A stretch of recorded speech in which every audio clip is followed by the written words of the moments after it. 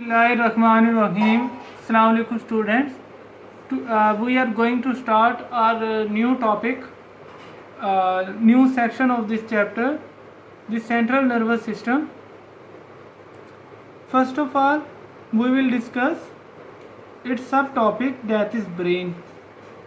We all know that central nervous system consists of two parts, brain and spinal cord. Today our topic is brain. Our first part of this topic is protection of brain, how brain is protected. So there are three ways to protect the brain, that is by skeleton, by muscles and by fluid. The part of the skull that protects the brain is known as cranium. हमारे school का वो वाला हिस्सा जो कि सिर्फ fore brain को cover करता है या ब्रेन को कवर करता है, उसे हम क्या कहते हैं? Cranium. Beneath the cranium there are three layers and these layers are known as meninges. Brain के क्रेनियम के नीचे तीन लेयर्स हैं. ये तीनों लेयर्स क्या करते हैं? ब्रेन को, जो कि बहुत ही डेलिकेट ऑर्गन है, उसे क्या करती है? कवर करती हैं. और इन्हीं मेनिंजेस के अंदर, इन्हीं मेम्ब्रेन्स के अंदर क्या प्रेजेंट होती है? ब्लड वेसल्स, जो कि किसका काम करती है? नरिशमेंट का और ऑक्सीजन की सप्लाई का टू द ब्रेन सेल्स और neurons. First is skull, and the part of the skull that protects our brain is cranium. Second is meninges. Meninges are layers. तीन layers होती हैं बेसिकली, तीन तह होती हैं, तीन membranes होती हैं जो कि हमारे ब्रेन को टोटली क्या करते हैं? कवर्ड करते हैं. After that CSF. CSF stands for cerebrospinal fluid. C stand for cerebro, S stand for spinal, F stand for fluid. Cerebro spinal fluid.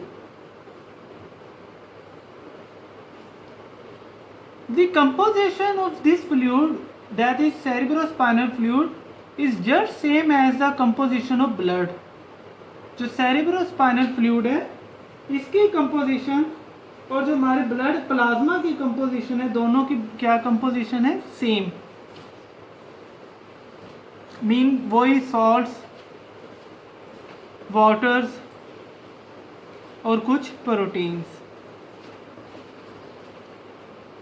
The function of this cerebrospinal fluid is it act as a cushion and provide nourishment to the cells. Cushion के तौर पे act करती है, prevents shocks and bumps and jolts to the brain. जो brain है उसे झटकों से और शॉक से बचाती है. ये शॉक एब्जॉर्बर के तौर पे एक्ट करती है. Second function is nourishment. It provides nourishment to the cell. ये जो सेल्स हैं उन्हें क्या प्रोवाइड करती है? नरिशमेंट. मीन कि उनकी जो एनर्जी की रिक्वायरमेंट्स हैं उसे भी ये क्या करती है? पूरा करती है. So these are the three functions of cerebrospinal fluid. ये वो वाला फ्लूइड है जो कि हमारे ब्रेन के इर्द गिर्द और हमारे ब्रेन के दरमियान में जो कैविटीज प्रेजेंट है, हमारे ब्रेन के इर्द गिर्द और ब्रेन के दरमियान में जो कैविटीज प्रेजेंट है, वहाँ पे ये अकर करता है. और इसका काम क्या है? ब्रेन को प्रोटेक्ट करना, उसे नरिशमेंट प्रोवाइड करना, उसे शॉक से बचाना, क्योंकि ब्रेन जो है वो बहुत ही डेलिकेट ऑर्गन है, उसकी जो प्रिकॉशंस हैं वो नेसेसरी है. सो ये तीन वेज हैं, स्कल यानी कि physical support, meninges mean blood supply और मेम्ब्रेन्स, और सेरेब्रोस्पाइनल फ्लूइड. ये तीनों मिलकर क्या करते हैं? हमारे ब्रेन को प्रोटेक्ट करते हैं against any injury. So let's move forward to the brain. Brain is an organ that plays role in decision making and planning और control overall functioning of the body. जो overall functioning of the body है उसे कौन control करता है? हमारा brain.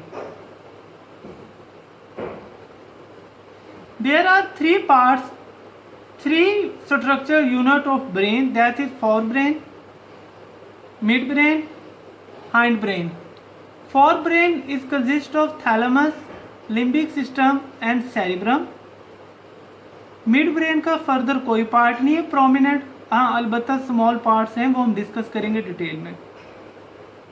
hindbrain, medulla, pons and cerebellum. These three are the parts of hindbrain and these three are the parts of forebrain. So discussion about the detailed function and structure of the all parts of the forebrain, midbrain, hindbrain we will discuss in next lecture. For now, this topic is about the brief introduction of the central nervous system, and today we discussed about the major functional and structure unit of brain and how brain is protected. The protection of brain, especially the cerebrospinal fluid, इससे regarded, इससे according बहुत ज़्यादा questions और जो MCQs हैं वो exam में put होते हैं. सो इसकी कंपोजिशन, इसके फंक्शन और इसके अक्रंस को आप डिटेल से देखेंगे और उसके रिलेटेड जो भी आपकी स्कीमेटिक फ्लो शीट वगैरह हो वो ड्रॉ करें. This is all about our today's lecture from chapter number 17 coordination and control.